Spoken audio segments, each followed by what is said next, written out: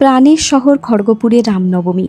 প্রতি বছর নতুন বজরংবলীর পতাকা উত্তোলন দিয়ে শুরু হয় পুরো এলাকায় রামনবমীর প্রস্তুতি। তবে এই বছরের উন্মাদনাটা ছিল একদম অন্যরকম। খড়গপুরের সবচেয়ে প্রাচীন বজরং আখড়া নিজেদের প্রসেশন নিয়ে ধুমধাম করে সেলিব্রেট করে। আখড়াতে চলে লাঠি খেলা সহ ঢাক বাজানো ইত্যাদির অনুশীলন। সন্ধ্যে 7:30 নাগাদ পুরো প্রসেশন ইন্দা সংকটমোচন মন্দিরের সামনে হনুমানজির দর্শন উপরান্তে প্রদর্শন করে নিজেদের খেলা। এবছর আমরাও সপরিবারে প্রস্তুত প্রসেশনে যোগ দেওয়ার জন্য। ওই যে কথায় আছে না, পার না সकोगे শ্রী রামকে বিনা, রাম না মিলেঙ্গে হনুমানকে বিনা। তাই রাম ভক্ত হনুমানজিরও আজ বিশেষ আনন্দের দিন। বাচ্চা থেকে বুড়ো, নারী পুরুষ নির্বিশেষে বজরংবলীর পতাকা নিয়ে শ্রীরামের ধ্বনিতে চলল প্রসেশন। যুক্ত হলাম আমরাও। ইন্দা অঞ্চলে একদম রাস্তার ওপরে রয়েছে শ্রী শ্রী সংকটমোচন হনুমানজির মন্দির। মন্দিরটা খুব বেশি বছরের পুরনো না হলেও বজরং আখড়াটা অনেক বছরের পুরনো।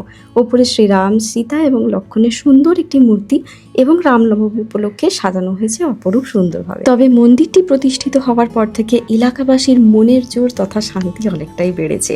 সংকটমোচন হনুমানজির মন্দির কোনো এলাকায় থাকলে সেখানের পজিটিভিটিটা সত্যি ফিল করা যায়। ইন্দা অঞ্চল তথা সমগ্র খড়গপুরে কমলা রঙের বজরংবলীর পতাকা, চারিদিকে লাইট আর ঢাকের আওয়াজে একটা মুখরিত পরিবেশ।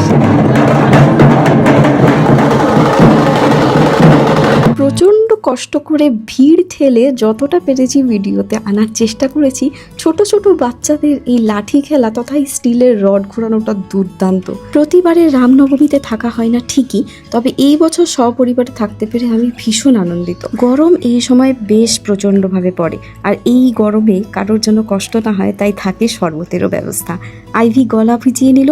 শ্রী শ্রী সংকটমোচন হনুমানজিকে প্রণাম করে প্রসেশন এগিয়ে চলল ইন্দা ওটি রোড তথা ওড়িশা ট্র্যাঙ্ক রোডের দিকে। সঙ্গে হাঁটা দিলাম আমরাও। প্রচন্ড গরম হলেও বেশ ঠান্ডা ঠান্ডা হাওয়া দিচ্ছে। ওয়েদার আজ বড়ই মনোরম। মেইন রোডে এসে দেখি এই বিরাট হনুমানজির একটি মূর্তি।